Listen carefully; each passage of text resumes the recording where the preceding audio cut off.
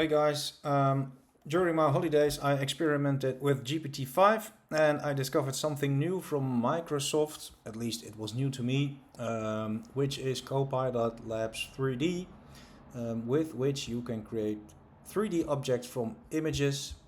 As you can see here, so I made a picture with ChatGPT from a tree and it transformed it into a 3D object. And I thought it would be nice if I could redo my city simulator game to make it a little bit nicer. So this is my current version of a city simulator game where you can build houses and roads and stuff like that, and it uses plain JavaScript with a 3.js library to create these models. It's cool, but it's not graphically on the level that can be achieved with 3D models. So this is new version. I built this with GPT-5 in 2 weeks during the evenings, and I wanted to show you how it looks. If you start, you can choose a terrain, and you can enter your email and it creates a city for you with a unique code, so you can reload it in another browser or another device. There you go. And from here you can start building.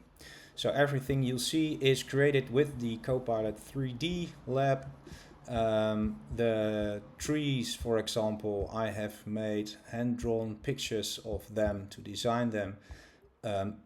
Uploaded those in GPT-5 to create an image, and that image is uploaded here to create a 3D model.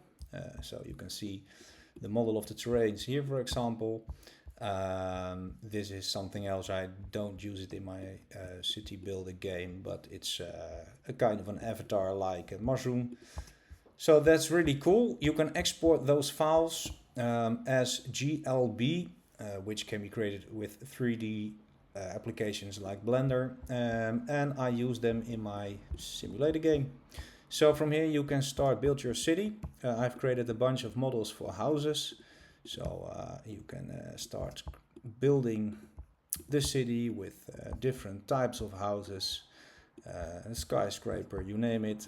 You can build roads around it, and based on the amount of houses, you will see that cars are start driving, which is cool.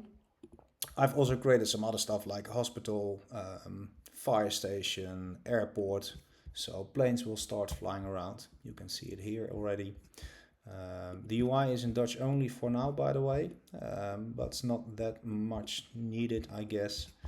I also did some things like a train station with some logic, so if you start building a track, it requires at least 2 stations for a train to start driving. So let's try that one out as well. It's a little bit buggy, so I have to place some stations. I have 2 types. Somewhere above the, well, there you go. This is an error when you start creating a new city. So hopefully when I refresh, there will be just 1 train. So I'm fine-tuning it a little bit, but it's kind of cool that you can, there we go, there's 1 train, it stops for a couple of seconds at a station. But these are all models of the track, of the train, of the station that are created with GPT-5 and the Microsoft 3D option. And it looks nice. It's a little bit more dynamic with all the graphics and 3D models than my older version. My oldest daughter likes to play with it.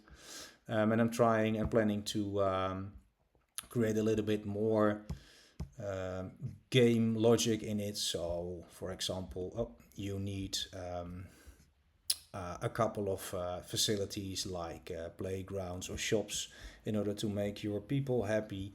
You have to pay for it in terms of game money, like I have here. So you can earn money, which you need to pay to build houses and stuff. So children will learn how the real world works. It's not currently implemented here, but I mainly focused on the 3D graphics and the new UI. So this one was created with Anthropic Cloud. It came up with this UI, and here I did a little bit of designing and directing, but it came up with this UI, which is more game-like, I guess, and more intuitive. It works really well. If you select an object, you can rotate it, you can delete it, but you can also toggle deletion mode, which makes it easier to remove in bulk. But that's all usability of the game. The models are the main part of my experiment, and I think it's cool. It shows what can be achieved with AI at this stage. Yeah, I hope you like it, and feel free to play around. I store the email address and the code in the database, but I'm not doing anything with it. I will publish this on GitHub as well, so everyone can see for themselves that I'm not joking. And hopefully you like it.